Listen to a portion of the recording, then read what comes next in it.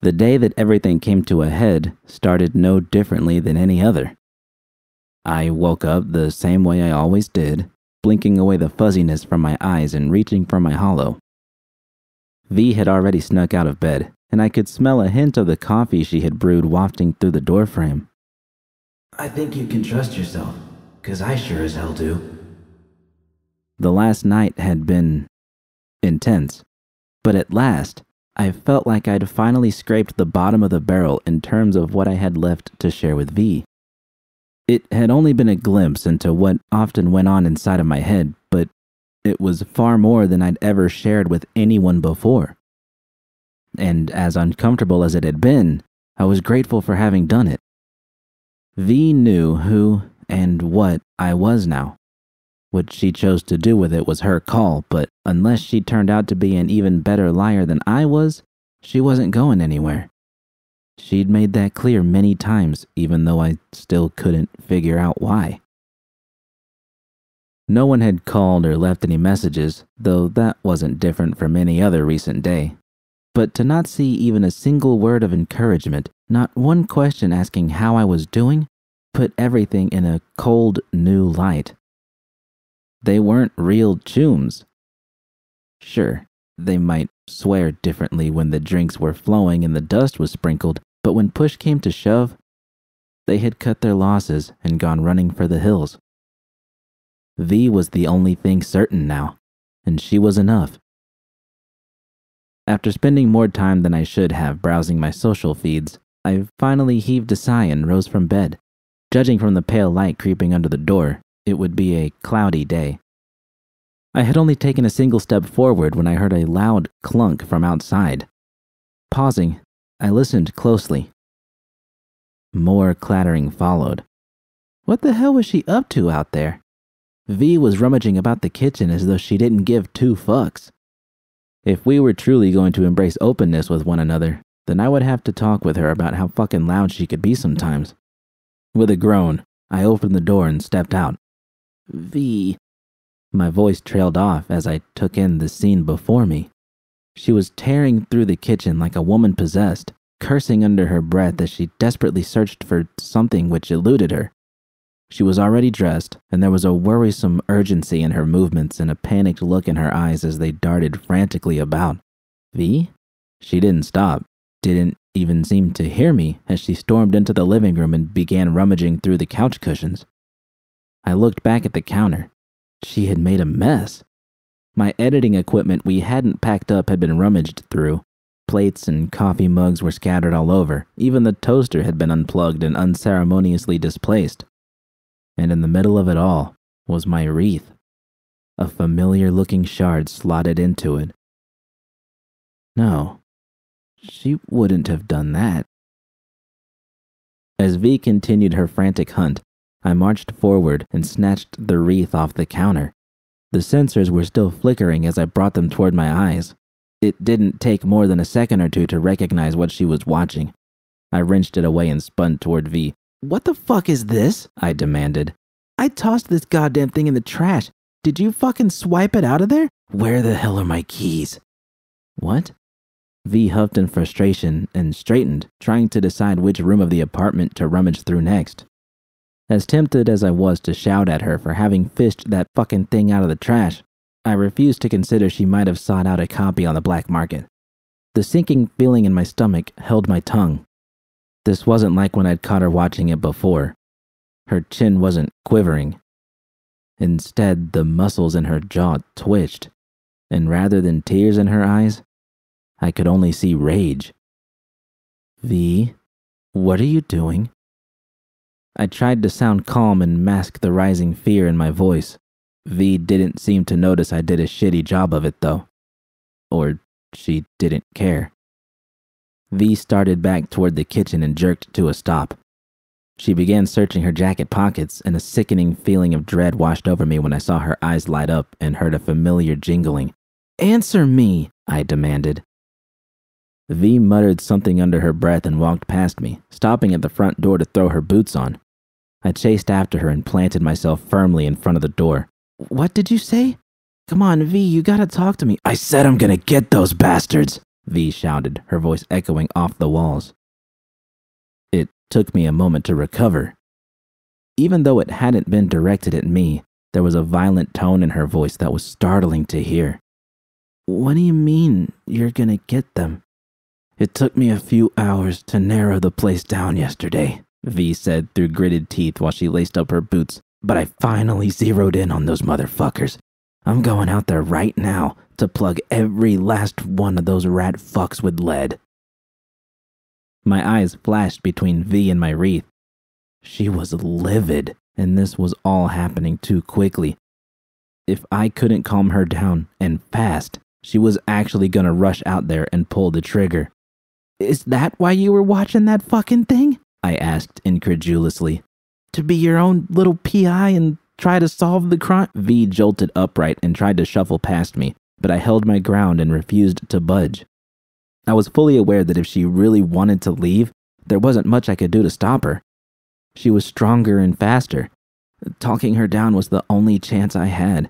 I had to, Judy, V growled. If I was gonna have any chance, no, I said firmly, crossing my arms. You're gonna stay home with me. That should have been enough. It always had been before. But V was still standing right in front of me, refusing to back down, her eyes boring into the door behind me. I'm doing this, Judy. This needs to happen. Why couldn't she understand I didn't want her to do this? That all I wanted was to try to move forward with her. It had seemed impossible not all that long ago, but with each day that passed, I had started to believe we could actually do that. Move forward.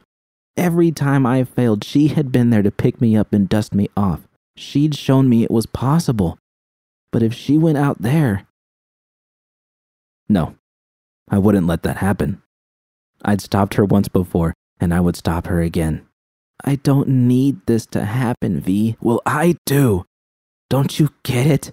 I hate what they fucking did to you. What they did to us. What they did to... V stopped herself before she could finish, though she might as well have. I was a basket case of emotions. Scared, upset, angry. But all of that was quickly drowned out by an enormous swell of pity that rose in my chest.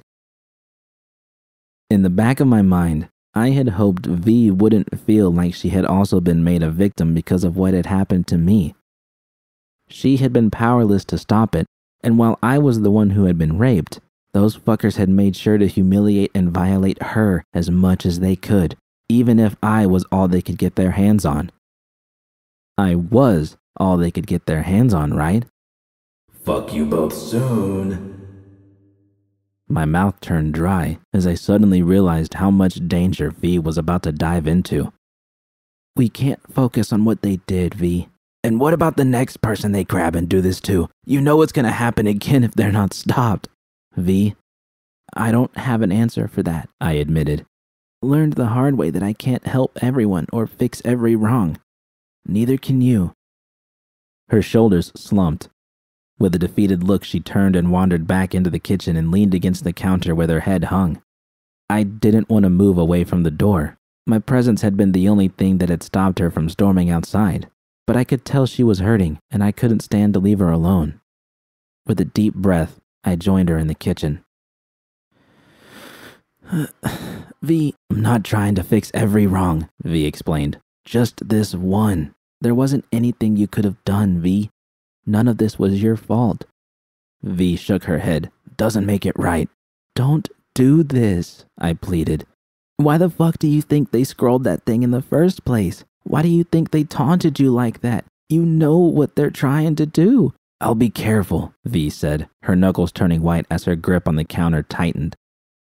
Careful. Right. That was a bold-faced lie, and I was tempted to call her out on it.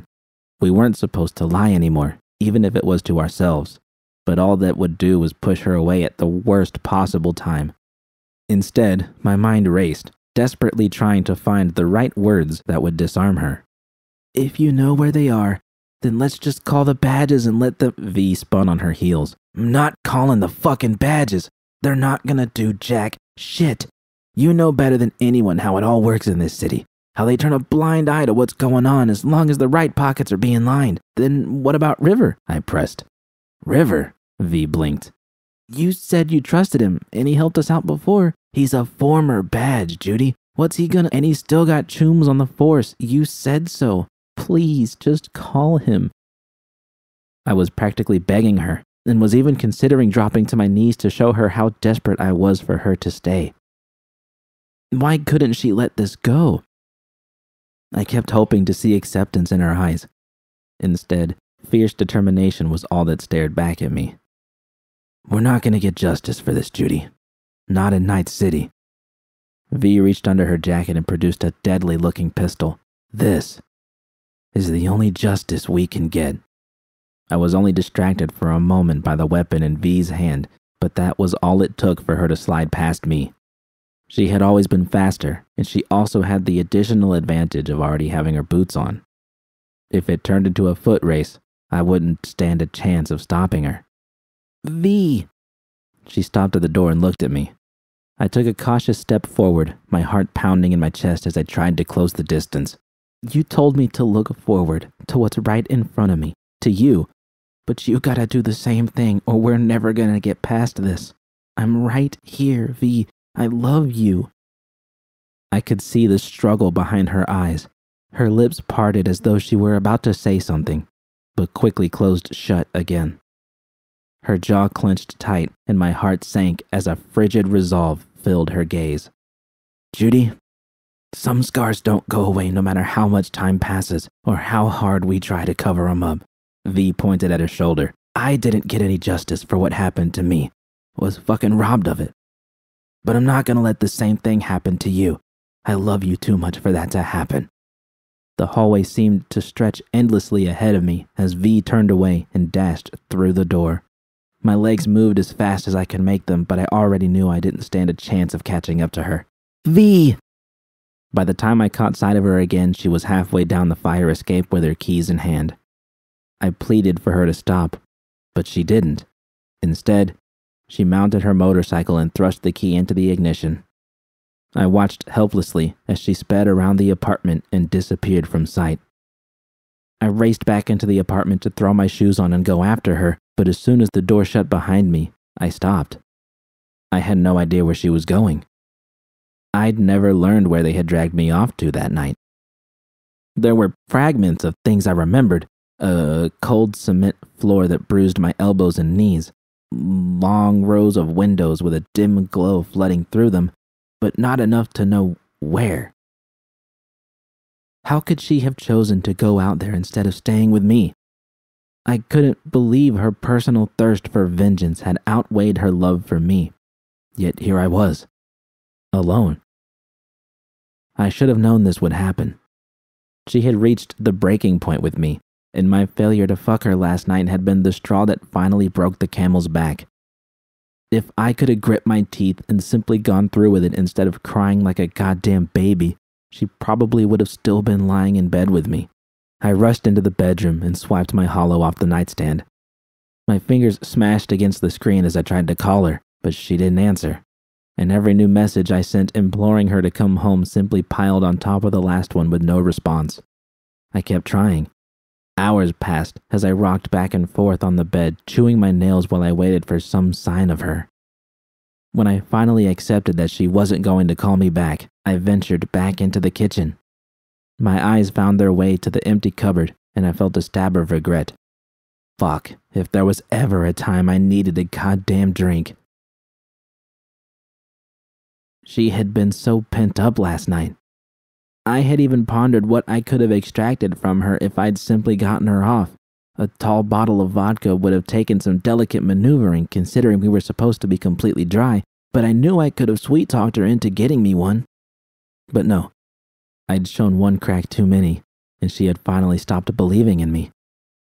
I believe in you, Judy. Stop deluding yourself. V doesn't believe in you. You're irredeemable. A fucking monster with an ugly past and no future. You're beautiful, Judy Álvarez. Inside and out. Don't listen to that bullshit. You could have easily fucked her to get her to stay with you. Instead, you didn't show her the slightest bit of love. I've felt loved by you every fucking day. I pounded my fist against the counter. The vibration sent a coffee mug crashing to the floor. Enough. I was many things. Addict, liar, schemer, victim, victimizer, failure, broken, monster.